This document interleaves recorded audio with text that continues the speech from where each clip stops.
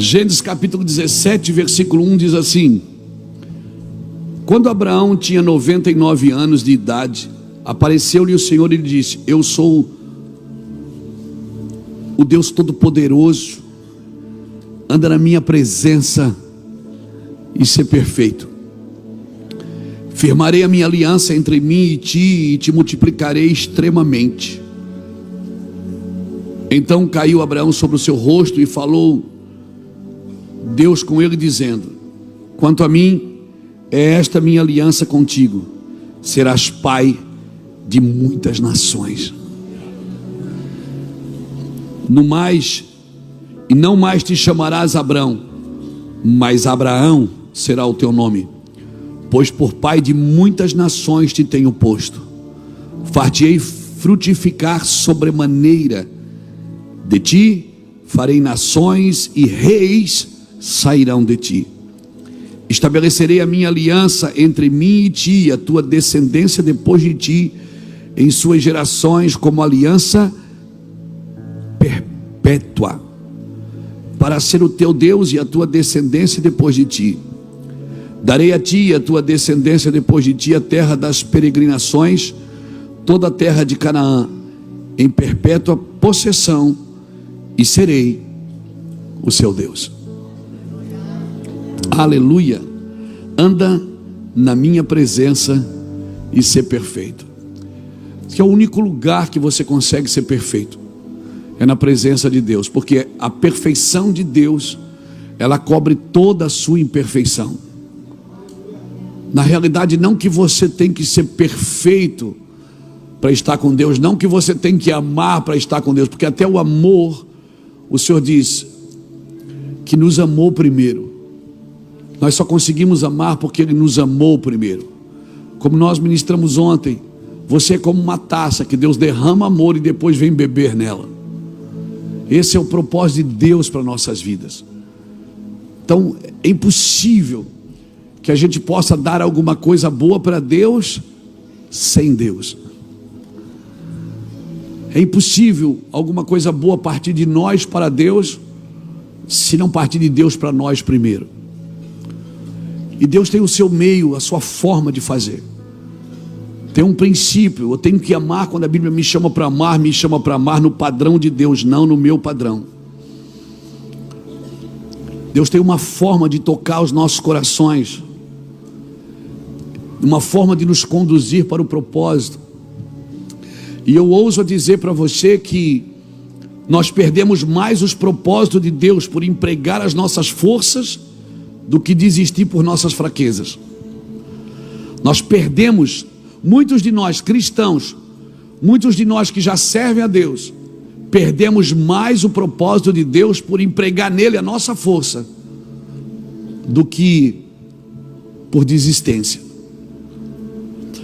Relações, irmãos, elas são feitas de emoções. Se você passar a vida inteira isolado, você vai perceber uma coisa: não pense que passar isolado você vai se proteger das emoções. Não vai. Você até pode se proteger de alguma coisa, mas nunca vai experimentar relações profundas com Deus. O Senhor está te chamando nesses dias. A gente guardou esses 7 primeiros dias do ano para falar disso, falar da presença de Deus, do porquê que Deus te chamou para estar com Ele, por que Ele chamou Abraão para estar com Ele. Ele disse: eu vou trocar teu nome, como nós falamos hoje no café, de pai da altura para pai de uma multidão, para pai de nações. Todo mundo que cumprimentava Abraão profetizava para ele: você é pai de uma multidão. E ele não tinha filho. Você é pai de uma multidão, e ele não tinha filho. Abraão passou a ser pai com 100 anos. Irmão, você vai perceber uma coisa: a humanidade sempre vai preferir mais uma religião do que um relacionamento com Deus. Porque a religião, ela ensina você a fazer coisas para atrair a Deus. E parece que a humanidade gosta mais do fast food, da coisa pronta. E a gente tem dificuldade muitas vezes de empregar nas nossas vidas um relacionamento íntimo com o Pai. E um relacionamento íntimo é impossível, irmãos. Eu falo para você, é impossível você viver um relacionamento íntimo com Deus e não ser transformado. É impossível. Todo mundo que se aprofundar no coração de Deus, que mergulhar no coração de Deus, vai ser transformado. A presença de Deus faz isso. Amém? Amém, irmãos? Agora não pense que porque está na presença de Deus, você vai estar isento do pecado. O pecado aconteceu, o primeiro pecado aconteceu em um ambiente com Deus. Um ambiente onde Deus estava diariamente. Deus estava ali. A presença de Deus não te isenta da tentação e não te isenta do pecado. Ela te ajuda, te fortalece para que você fuja, para que você encontre subterfúgio para fugir do pecado. A Bíblia não diz nem para você fugir do pecado, ela diz para você fugir da aparência do mal. Então aquilo que aparenta mal, você já deveria sair de perto. Não precisa chegar no mal. Está com aparência de mal, sai daí, irmãos. Amém? O primeiro assassinato do mundo aconteceu por causa de quê? Por causa de um culto, por causa de um sacrifício. Caim deu um sacrifício, Abel deu um sacrifício, um ambiente, de sacrifício. Deus recebeu Abel e o seu sacrifício e não recebeu Caim. Então o primeiro assassinato do mundo foi por causa de um culto. Então não pense porque está sentado na igreja com a Bíblia aberta, você está isento de pecar, está isento de cometer erros. Não, irmão. Não é o pecado do mundo que afeta a igreja. Não, pastor, não. É o pecado da igreja que afeta o mundo. Como isso, pastor? Porque nós achamos que é o pecado, que é a inveja do mundo que entrou na igreja. Não, irmãos. É a nossa inveja, é o nosso ciúme dentro que gera no mundo esse sentimento. Porque uma igreja sadia num lugar terrível, num lugar corrupto, ela tem o poder de transformar esse lugar pela presença de Deus. Se nós estivermos bem aqui, nós vamos tocar o mundo com o sentimento que nós geramos entre nós. Por isso que quando o povo de Deus saiu do Egito e foi andando pelo deserto, por onde esse povo passava, ele lambia a terra. As pessoas tinham medo desse povo de Deus. Lembra quando lá já no Novo Testamento, lembra quando foram procurar Gamaliel, e Gamaliel deu um toque para todo mundo, porque eles estavam matando os cristãos, perseguindo, e Gamaliel disse o quê? Ele disse: gente, teve um cara que se levantou, a gente matou ele, os discípulos dele se dispersaram. Aí Judas, que é um outro homem que fez isso também, levantou um movimento, a gente matou ele, eles se dispersaram. Agora esse movimento agora é diferente, porque a gente matou o chefe deles e eles não param de se multiplicar. Esse movimento é diferente. Então Gamaliel disse: deixa isso, porque se for de Deus, vai dar continuidade. Se não for de Deus, vai morrer no caminho. Então, querido, não é o movimento do mundo, o pecado do mundo que tem afetado a igreja. É a falta de ordem da igreja, é a falta de entender que nós estamos aqui para buscar a presença de Deus. Ninguém vai para a igreja para ficar rico, irmão. Nós vamos para a igreja para entender o que Deus quer que a gente faça no mundo. E entendendo o que a gente tem que fazer no mundo, alguns de nós vão enriquecer. Por quê? Porque vão ter que afetar o mundo através das suas riquezas. Outros vão ser inteligentes, outros vão abrir escolas, outros vão ser ensinadores, outros vão ser políticos, vão ser governantes. Por quê? Porque vão afetar, vão levedar toda a massa. Amém, irmão? Por isso o movimento apostólico no mundo, ele gerava ciúme e inveja. O movimento apostólico, quando se levantou, ele começou a gerar ciúme e inveja. E agora vai acontecer de novo a oposição ao ministério profético, ao ministério apostólico. Por quê? Porque é bíblico. Será marcado de novo por ciúme e por inveja. Então ou a gente se torna modelo ou se torna presa. E nós estamos querendo impressionar o mundo com o quê? Com luz, câmera, ação. Nós queremos impressionar o mundo com o quê? Com uma teologia intelectualizada. Não, irmão, isso não impressiona o mundo. No mundo tem muita gente inteligente, cientistas, muita gente que criou muita coisa. Sabe o que vai impressionar o mundo? o impossível, o improvável, o incomum. Amém? Aleluia! O que vai impressionar o mundo é isso, porque a ciência prova que ali não tem osso, e você vai orar e o osso vai nascer. Isso que impressiona o mundo, irmãos. E nós queremos impressionar o mundo com o quê? Com o tamanho dos nossos templos, com o tamanho da nossa capacidade, com a nossa envergadura, com o tanto de gente que a gente discipula. Não! Aleluia! Nós vamos impressionar o mundo é com a presença de Deus, irmãos. De você estar sentado numa praça e a pessoa dizer assim: cara, eu passei por você ali, eu estou todo arrepiado. Um dia, há uns anos atrás, 2008, 2007, acho que foi 2007, o Bertelli esteve lá em casa. 2007, agora o Bertelli está mais louco, mas antes ele era... O Bertelli estava lá em casa e ele disse assim: vamos orar um pouquinho, Piro, vamos orar. Eu e ele entramos num quarto, ficamos 3 dias. Ficamos, e foi ficando. Aí chegou de noite e disse: amor, vou dormir aqui, nós vamos ficar aqui. E aí a gente esqueceu de comer no primeiro dia. Ninguém estava jejuando não, a gente esqueceu de comer. No segundo dia a gente começou a escrever. E eu dei a ideia para ele. Eu disse: cara, você tem tantas revelações, você poderia comprar um caderninho para anotar suas revelações. Eu disse: vamos comprar um caderninho. Aí compramos um caderninho para ele, vamos para o quarto. Escrevemos tudo, 3 dias. Aí assim, bati na porta: vocês não querem comer? Não. Aí dava um suco, comia alguma coisa. No terceiro dia, irmão, vamos no mercado comer, tem uma praça de alimentação aqui no mercado, fomos comer. Irmão, a gente sentou na praça de alimentação.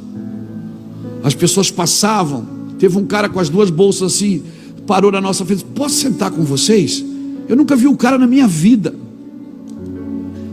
E o cara começou a chorar. Ele disse: cara, você acredita em Deus? O cara falando para nós. A gente diz: acreditamos. É porque eu passei ali, cara, me deu uma vontade, eu fui quase que puxado para sentar aqui com vocês, dizer: cara, ora pelo meu casamento. Sabe, nós somos atraídos, nós começamos a atrair pessoas. E aí à noite o Bertelli ia pregar aqui na igreja. E aí chegou de noite, ele me chamou ali e disse: Pilo, o anjo roubou meu caderno, porque eu não acho meu caderno. Eu tinha tudo anotado e agora eu esqueci, eu não sei onde é que está. Até hoje a gente nunca mais achou o caderno dele, irmão. Eu disse: Bertelli, faz o seguinte, deixa que eu anoto. Não anota nada não, você não é desse... Esse negócio não é para anotar nada não.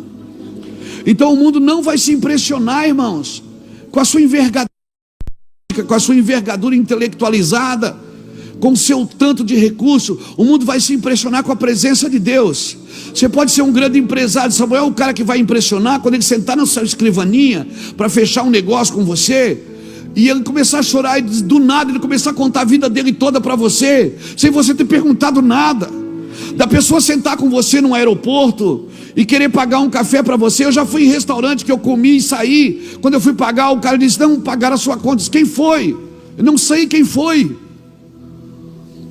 E hoje nós vamos de novo, hoje. Então, eu e você precisamos entender isso, que a presença de Deus, ela tem o poder de mudar um ambiente, irmãos, de mudar um ambiente. Então eu e você precisamos atrair, não é produzir. Você não produz aquilo que você tem que atrair. Não adianta você querer produzir um cenário para que a presença de Deus venha. Deus não vem, irmãos. Em todo ambiente bíblico você vai ver que Deus vem em ambientes simples, com gente simples, debaixo de árvore, dentro de caverna. Meu Deus, que doideira. Amém, irmãos? Claro, isso aqui é bom para a gente. Botar um telão, um som de primeira linha, né? Músicos abençoados, um pregador abençoado. Isso é bom para nós, não para Deus, irmãos. E a gente fala: excelência, honra a Deus, mas o que honra a Deus é a simplicidade, muito mais do que a excelência, muito mais do que a excelência. Porque às vezes somos excelentes para as pessoas, mas não somos simples para Deus. E quando Deus chamou Abraão, ele disse: 99 anos, você vai ser pai de uma multidão. Eu vou te dar filhos, você vai ser pai de nações. Vou mudar teu nome, as pessoas vão te chamar de pai de multidão, e você não tem filho, mas quando elas passarem por você, elas vão dizer: pai do Senhor, pai de uma multidão. Elas vão profetizar para você. Aleluia! Então, e a presença de Deus, ela vai trazer uma coisa gostosa para mim: o desejo de obedecer. Sem regras, irmãos. Irmãos, não vai ter regras. A lei é para o injusto, não é para o justo. Os lugares onde as regras são fortes é porque os relacionamentos com Deus são fracos. Lugares onde os relacionamentos com Deus são fortes, não precisa de muita regra, todo mundo conhece o que tem que fazer, todo mundo sabe o que está fazendo para honrar o outro, para abençoar o outro. Não tem a ver comigo. Irmãos, a presença de Deus. Quanto a mim, olha quantas vezes o Senhor disse, 2 vezes Ele disse: quanto a mim, a minha aliança contigo. Quanto a mim, Deus está dizendo, essa aliança partiu de mim para você, não é de você para mim. É de mim para você, eu escolhi. Aleluia. Mas se a presença de Deus não me ensinar a obedecer, irmãos, então não é a presença de Deus. Porque um dos atributos da sua presença é o desejo de obedecer, é o desejo de mudar de vida. Eu falei de Zaqueu aqui para você essa semana. Jesus entrou na casa de Zaqueu, não pregou para Zaqueu, não chamou Zaqueu de ladrão, não chamou Zaqueu de traidor, ele só ficou ali. Zaqueu passava por ele e disse: eu sou ladrão, eu sou traidor, eu sou traíra.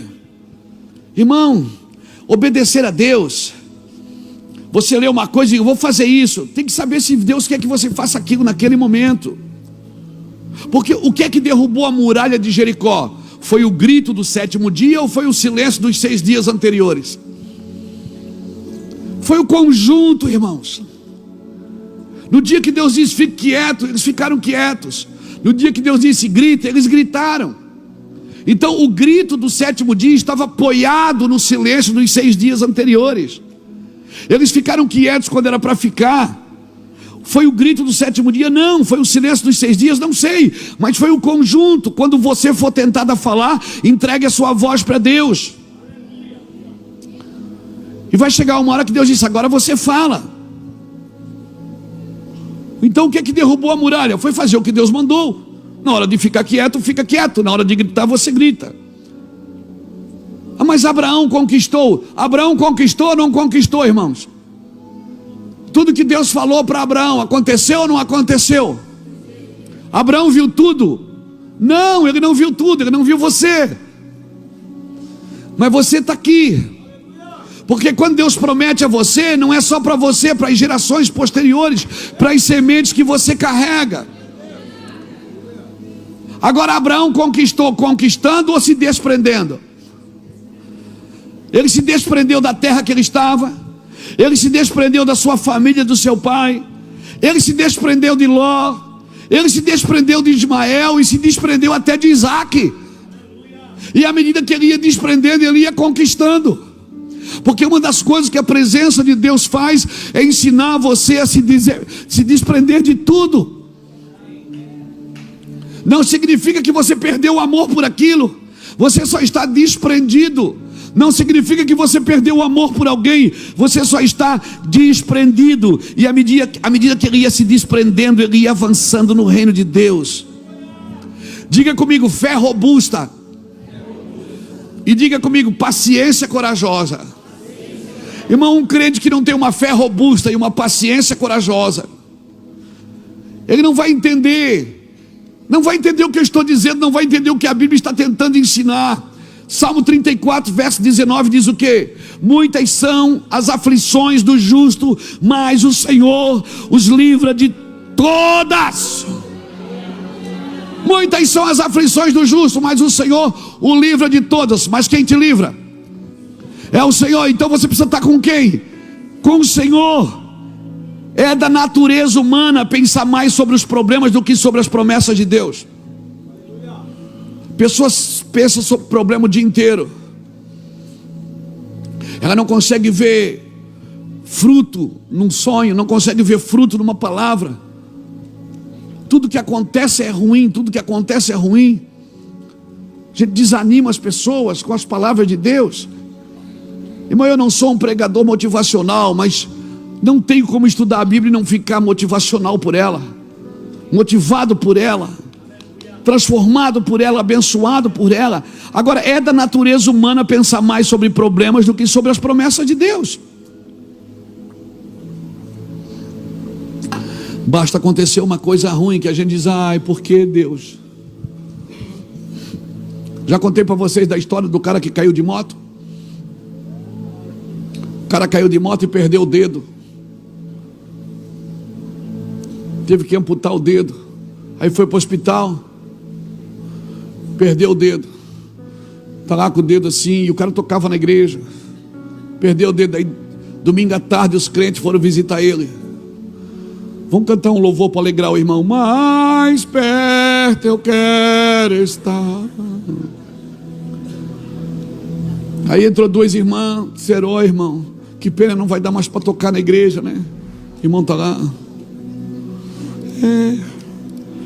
Ninguém tinha uma palavra de ânimo para aquele irmão que perdeu o dedo. Mas sempre tem um crente, irmão. Sempre tem um crente. E as pessoas dizem: ah, ele é muito exagerado. Sempre tem um crente metido. E aquele crente entrou. Quando viu o irmão sem um dedo, disse: ó, irmão, está sendo arrebatado de pouco em pouco, meu irmão. Meu Deus, o irmão já se alegrou. Ele disse: meu irmão, que benção, vai ter desconto no manicure. E já mudou o ambiente.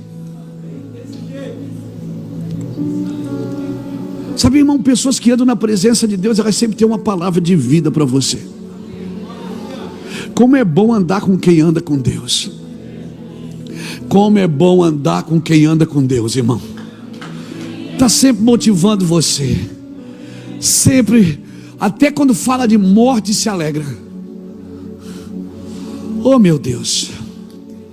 A vontade de Deus é que cresçamos e nos tornamos a sua habitação, que Ele venha, habita e permaneça em nós. É isso que diz João capítulo 15, versículo 15. Ele deseja tornar você um precioso amigo. Amigo de conversa, não é amigo para pagar as contas, irmão. Não é amigo para pagar as contas, é amigo de conversa. Amém? É amigo que permanece, alguém que ele possa dividir seu coração de amor, falar das coisas que ninguém mais jamais ouviu. Tem gente que conta coisas que a gente fica: será que é isso tudo mesmo? Querido, Jesus só está procurando um amigo para conversar, não um religioso que tenta manifestá-lo ao mundo sem conhecê-lo. Jesus não quer que alguém o represente sem o conhecê-lo. Falar de Deus que nunca experimentou, falar de Deus que nunca sentou à mesa com Ele, nunca comeu na sua mesa, nunca experimentou da sua vontade. Irmão, Salmo 25 e o verso 14, esse salmo é o salmo da minha vida. O Salmo 25, do 12 a 14, diz assim: ó, qual é o homem que teme ao Senhor? Ele o ensinará o caminho que deve escolher. Um homem que teme a Deus não está perdido na vida, porque Deus sempre vai ensinar o caminho para ele. Qual é o homem que teme ao Senhor? Davi pergunta, e Davi mesmo responde: a este lhe ensinará o caminho que deve escolher. Olha o verso 13: sua alma repousará na prosperidade, e a sua descendência herdará a terra. Sabe o que é repousar na prosperidade? É fazer travesseiro com nota de 100, meu amigo. Sabe o que é repousar na prosperidade? É que o dinheiro, o trabalho não vai ser um peso na sua vida. Você não vai acordar de manhã: tem que trabalhar, tem que arrumar dinheiro, desesperado. Não, você vai repousar na prosperidade. Ser próspero, ser abençoado não vai ser um peso na sua vida. Você vai repousar na prosperidade, e a sua descendência, meu irmão, a sua descendência vai herdar a terra. Ou seja, todo lugar que você pisar a planta dos teus pés, eu te dou por herança. Sabe o que é isso? Todo lugar que você venceu, teus filhos não vão precisar vencer. Você já venceu para eles. Eles só vão assumir, porque você venceu e estabeleceu. A herança é deles. Essa herança espiritual é deles. Sua descendência herdará a terra. Agora o verso 14, que é o cara. Grande parte de tudo que eu aprendi com homens de Deus, com mulheres de Deus, com sacerdotes, com o Espírito Santo de Deus, tem a ver com o Salmo 25 e o verso 14, que diz: o segredo do Senhor é para aqueles que o temem. A este ele lhes fará saber a sua aliança. Quando você anda com Deus, você entende a aliança, e você não quebra a aliança toda hora, todo instante. Você não sai por aí e quebra a aliança por causa dos seus sentimentos, por causa dos seus dissabores. Quando você teme a Deus, você entende o que é aliança. Você fica bravo, dá vontade de matar, mas você tem uma aliança. O segredo do Senhor o segredo, não está nem no plural. O segredo do Senhor é para aqueles que o temem. Então, Deus ama todos? Ama. Confia em todos? Se Ele tem segredos e Ele não conta para todos, então Ele mesmo não confia em todos. Tem coisas que Deus não fala para todos. O segredo. Temor não é ter medo, é reverenciar o sagrado, é discernir o santo. Por isso você não pode temer corretamente sem amá-lo completamente, e você não consegue amá-lo completamente sem o temê-lo corretamente, porque amor e temor caminham juntos. Porque a ação aqui não é ter medo de Deus, é temer a Deus em amor. E porque eu amo, eu o temo, eu reverencio, eu separo o santo do profano. Então eu sou radical comigo, não com os outros, mas comigo. Eu não crio cargas para a vida de ninguém, eu crio para a minha vida. Eu coloco limites para mim, não para os outros. O segredo do Senhor é para aqueles que o temem. A este eles lhe fará saber a sua aliança. Leia o Salmo 118. Salmo 118, versos 19 e 20. Olha o que diz, olha que coisa linda isso aqui. Abre-me as portas da retidão. A minha tradução diz: abre-me as portas da retidão ou da justiça, é a mesma coisa. Entrarei por elas e louvarei ao Senhor. Esta é a porta do Senhor pela qual os justos entrarão. Quem é o justo? Aquele que foi justificado por Cristo. Aquele que foi justificado, porque ninguém é justo. A porta da retidão conduz você à presença de Deus. Só o Senhor pode abrir essa porta. Essa porta é o Senhor que abre. Senhor, abre as portas para mim. Deus não quer abrir as portas, Ele quer abrir a porta da retidão. Porque se a gente entrar pela porta da retidão, as portas serão abertas, todas elas, irmãos. Todas elas, a presença de Deus vai pegar você. Ah, irmão, Deus queria estar tão perto que você não suportaria passar mais um dia sem a sua presença. Você não passaria a suportar mais um dia sem a sua presença. Ele queria estar tão junto, contar segredos para você, mas você insiste em manter um relacionamento frio, religioso,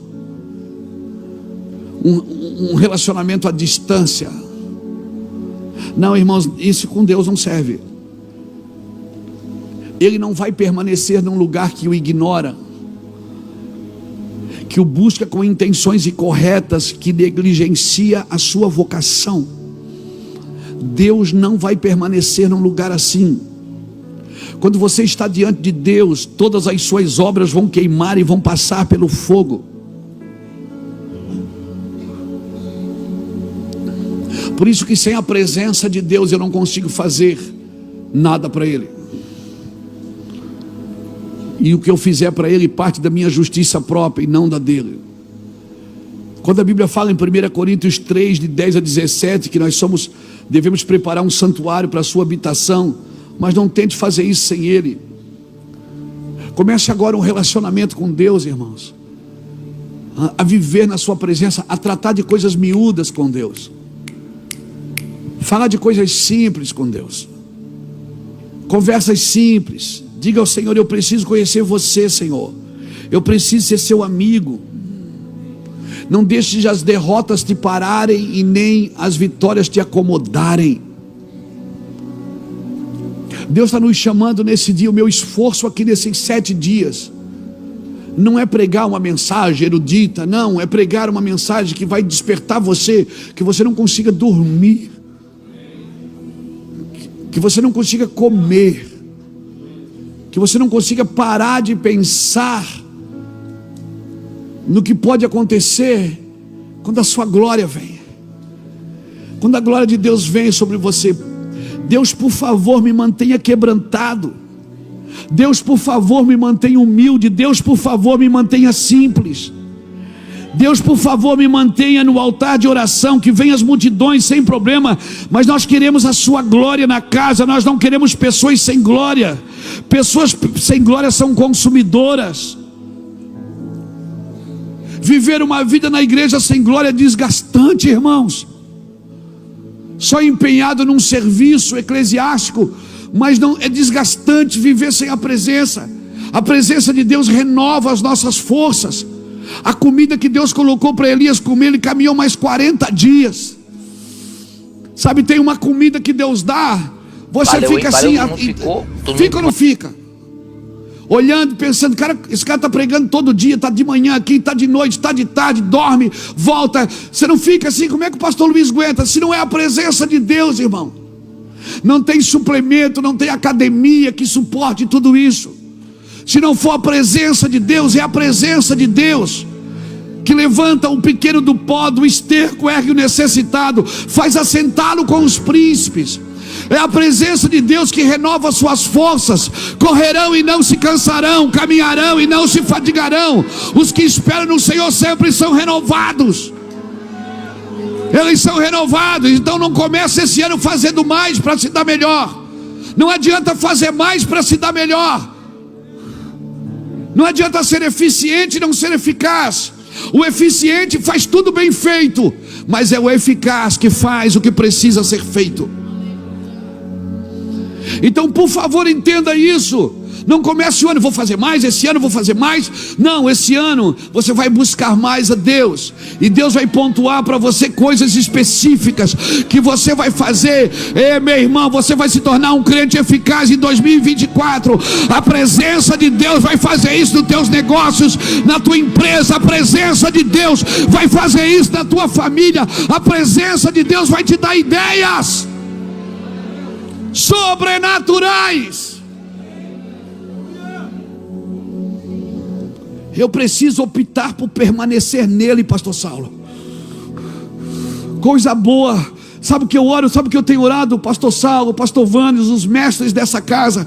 Eu tenho orado para que Deus levante mestres em lágrimas, mestres quebrantados, porque num ambiente de quebrantamento, irmão, você não está preocupado só em informar, você quer transmitir.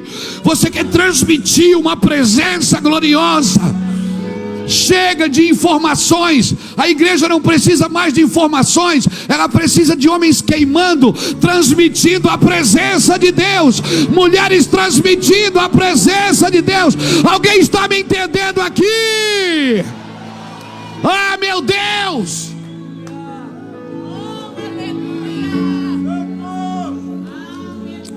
Do que adianta saber que em Gênesis Jesus foi isso, em Levítico foi aquilo, se isso não vai mudar minha vida, Irineu?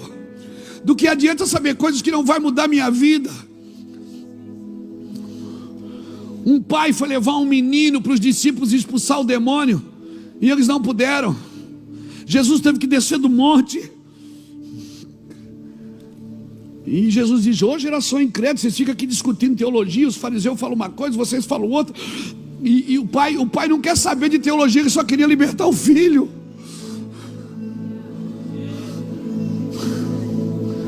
O pai só queria libertar o filho. E o pai chega para Jesus e diz assim: ó, Senhor, eu trouxe aqui para os teus discípulos, mas eles não conseguiram.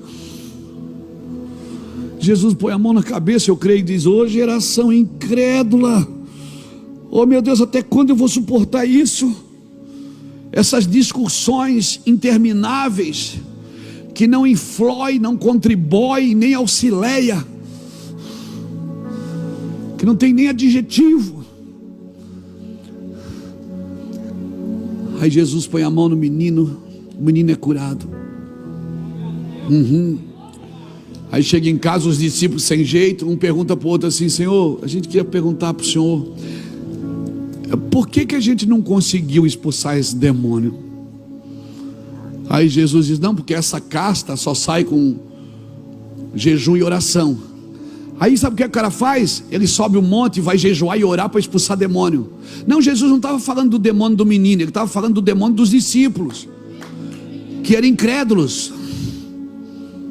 Ele está dizendo: essa casta só sai com jejum e oração. Ou seja, aí tem gente que vai para o monte orar, jejuar, buscar Deus para ser usado na libertação. Não, você ora e jejua para perder a incredulidade que você carrega. Você ora e jejua para perder a carnalidade que você carrega. Porque se você sai da carne e entra no espírito, você anda na rua, os demônios caem, você não precisa nem tocar neles.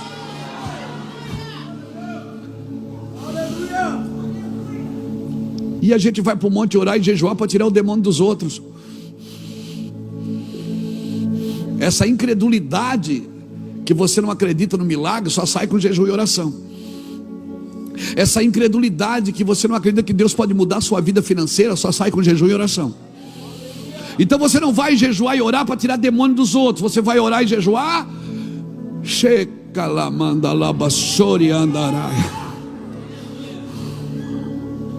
Nós precisamos aprender a optar por permanecer nele, porque essa é a nossa herança, permanecer nele.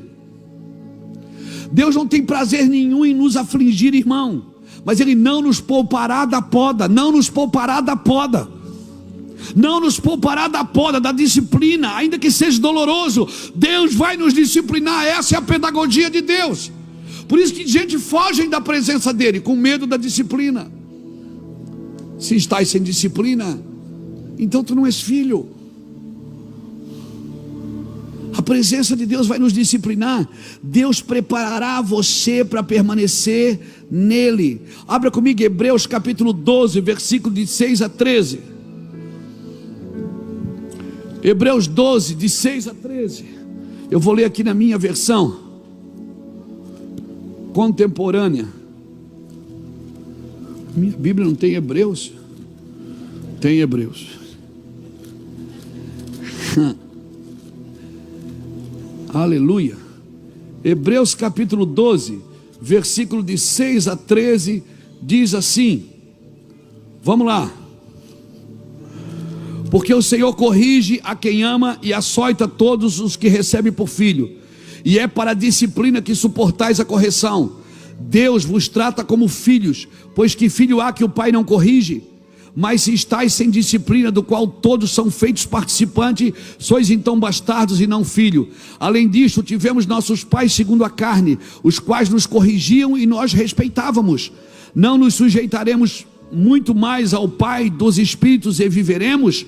Aquele que na verdade por um pouco de tempo nos corrigiam, como bem lhe parecia, mas este para nosso proveito, para sermos participantes da sua santidade. Para que Deus me corrige? Para que eu me torne participante, para que eu fique ali no meio da sua santidade.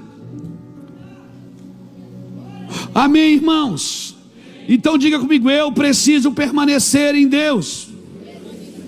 Eu preciso permanecer em Cristo.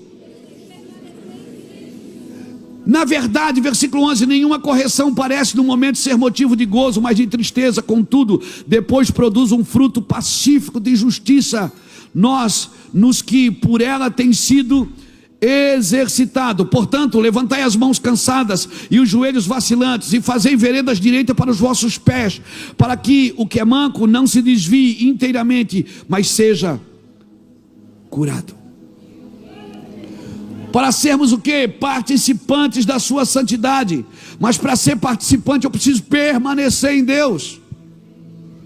Quem come do pão e bebe do vinho permanece em mim. Eu preciso permanecer. Vai lá, quer anotar? Ao permanecer em Cristo, o poder da carne será mortificado. 2, ao permanecer em Cristo, a velha natureza será quebrada. 3, ao permanecer em Cristo, a humildade e a mansidão tomarão você. 4, ao permanecer em Cristo, você provará conforto do Espírito Santo. 5, ao permanecer em Cristo, você será participante da sua santidade. 6, ao permanecer em Cristo, o coração do Pai será revelado para você. 7, ao permanecer em Cristo, o amor e a compaixão do Pai se revelará para você. 8, vai anotando, ao permanecer em Cristo, você dará mais fruto e esse fruto permanecerá. 9, ao permanecer em Cristo, você terá compaixão dos outros. E 10,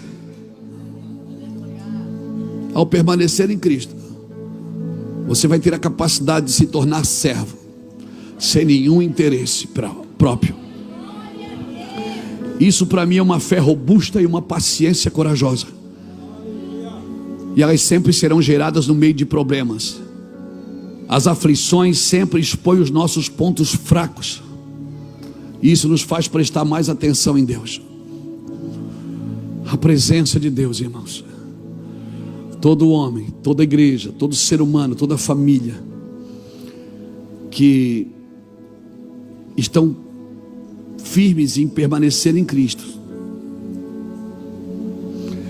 vão se tornar maduros, completos, não tendo falta de nada, como diz Tiago 1:2, tendo por grande alegria o passar por provações, sabendo que a prova da vossa fé desenvolve em vós a perseverança, e a perseverança deve terminar a sua obra, para que sejais maduros, completos, não tendo falta de nada, tendo por grande alegria o passar por provações, tendo por grande alegria o passar por aflições, tendo por grande alegria o passar, não é permanecer, você não permanece ali, você passa. Por quê? Porque desenvolve em vós a perseverança, e a perseverança deve terminar a sua obra, para que sejamos maduros, completos, não tendo falta de nada. Provações santificadas produzem em você espírito purificado. Provações santificadas tornam você mais simpático. E quer ver quando é golpe repetido, irmão? Quer ver quando é golpe repetido? Que você sofre por muito tempo a mesma coisa, a mesma aflição.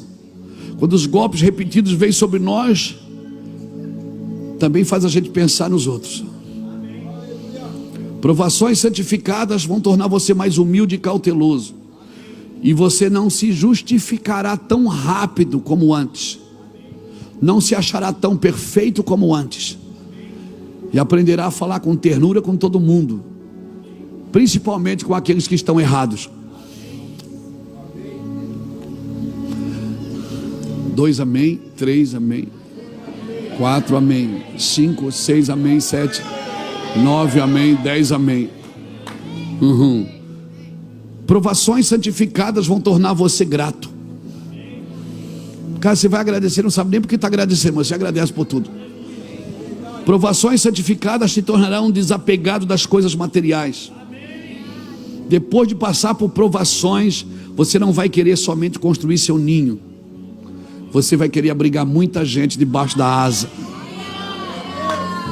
Então nenhum crente que vive na presença de Deus não viverá ali sem ter provações que precisam ser santificadas,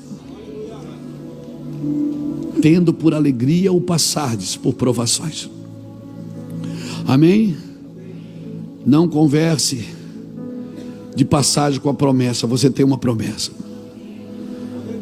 E sabe o que tem acontecido com os crentes? Sabe o que tem acontecido com os crentes? A provação é tanta, Lapa, que eles vão esquecendo da promessa no caminho.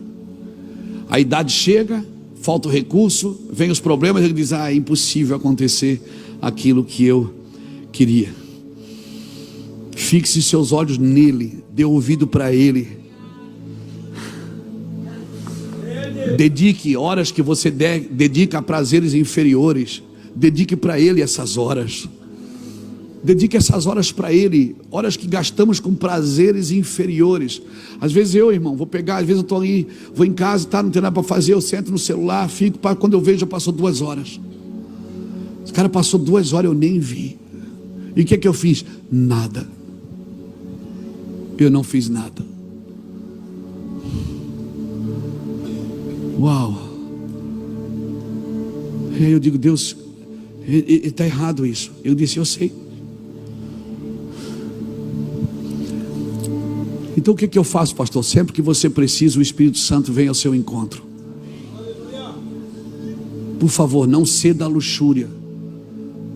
Não ceda à luxúria mais do que a intimidade com Cristo. Não ceda aos prazeres sem propósito eterno.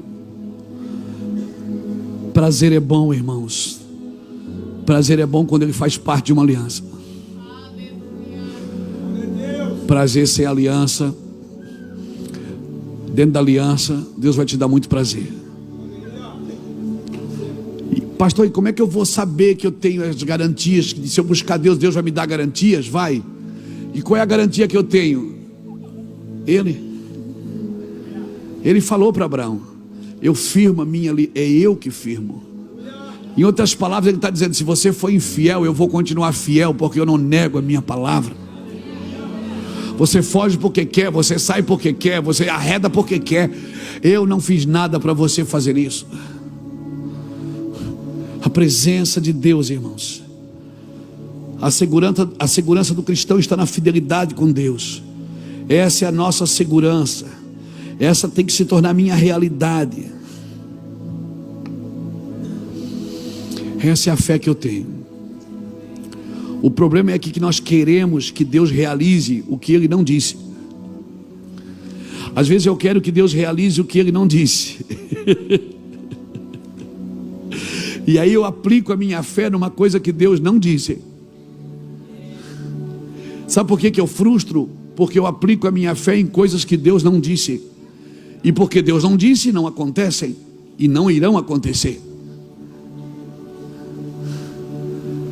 E aí não irão acontecer e eu frustro. Mas o culpado da frustração sou eu mesmo, porque eu apliquei a minha fé numa coisa que Deus não falou. Você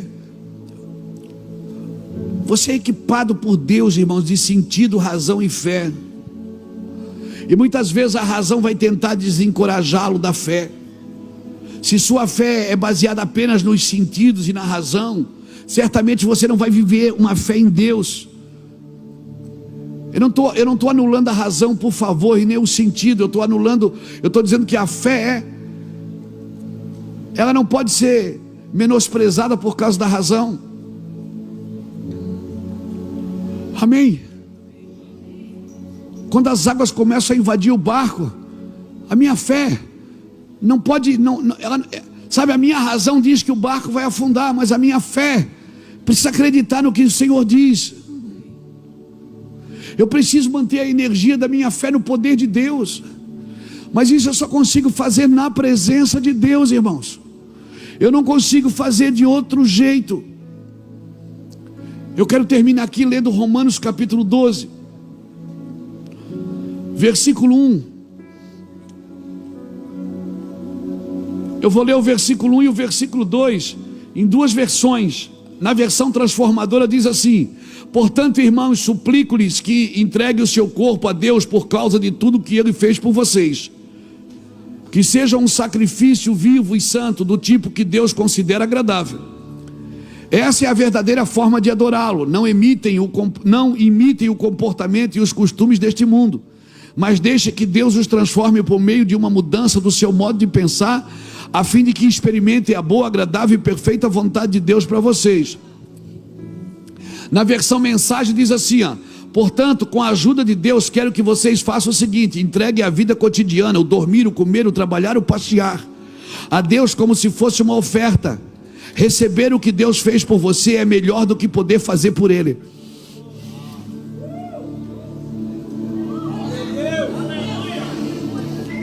Verso 2: não se ajustem demais à sua cultura, a ponto de não poderem pensar mais. Em vez disso, concentre-se a atenção em Deus. Vocês serão mudados de dentro para fora. Descubram o que Ele quer que vocês tratem de atendê-lo. Diferentemente da cultura dominante, que sempre os arrasta para baixo, ao nível da imaturidade, Deus extrai o melhor de vocês e desenvolve em vocês uma verdadeira maturidade. Amém? Amém, irmãos? Então eu quero deixar essa palavra para você. Firme na aliança que Deus disse para você: eu vou firmar a minha aliança contigo. Essa aliança está firmada em Deus. Sabe, há um tempo atrás eu conversava com um homem que ele dizia assim: ah, pastor, eu não volto para Jesus porque eu não tenho mais força. Não tenho mais força de voltar para Jesus. Eu digo: não, você não volta mais para Jesus por causa do seu orgulho, porque antes você servia a Jesus na sua força. Agora aprenda a servir a Deus na misericórdia dEle, na graça dEle. Você fazia as coisas tão bem certinhas que você errou, pisou na bola, e agora você é tão orgulhoso que você não se deu o direito de errar. E você errou e agora você se cobra tanto que você não serve a Deus pelo amor dele por você. E vem dizer para mim que você não tem força. Deus não precisa da sua força, Ele precisa da sua fé. Porque não é por força e nem por violência, é pelo meu espírito, é pela minha presença. Eu quero orar por você, querido. Eu quero orar por você. Fique de pé comigo.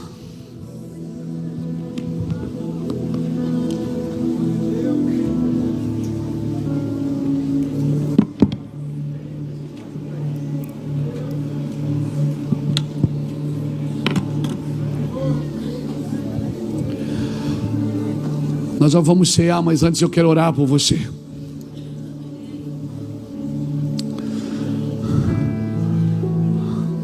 Deus tem uma aliança para fazer consigo. Não promete nada, apenas em amá-lo e obedecê-lo. Faça votos com Deus hoje de amá-lo e obedecê-lo, de viver na sua presença, irmãos. Não foste vós que me escolheste, foi eu que escolhi a vós, para que vades e deis fruto, e o vosso fruto permaneça. Oh meu Deus, a minha oração é que você crie uma cultura de viver na sua presença. Não é um culto de 2 horas, 3 horas, mas é uma cultura de viver na sua presença, irmãos. Peça para Deus isso: Senhor, me ensina a viver na tua presença. O cotidiano, Deus, o comer, o beber, o viver, o dormir e o acordar. Eu quero viver na tua presença, Deus, o viver dia após dia. Eu vou me divertir, eu vou tocar, eu vou pregar, eu vou cantar, eu vou trabalhar, eu vou jogar futebol, eu vou fazer a faculdade, mas todo dia eu vou estar na tua presença, sem religiosidade, sem misticismo, sem excessos. Eu vou estar na tua presença, Senhor. O Senhor vai participar da minha mesa, da minha cama. O Senhor vai participar do meu deitar e do meu levantar. O Senhor vai participar das minhas razões e das minhas ignorâncias. O Senhor vai participar de tudo que eu fizer. Quer comais, quer bebais, fazei em memória do Senhor, fazei isso no Senhor. Faça um voto com Deus hoje, irmão. Feche seus olhos e ore, porque nós vamos cear. E eu quero pedir para você fazer esse voto com Deus hoje. Faça votos de viver na sua presença. Anda na minha presença e ser perfeito. Eu vou te dignificar. Eu vou te dignificar. Você não é digno, mas eu te dignifico na minha presença.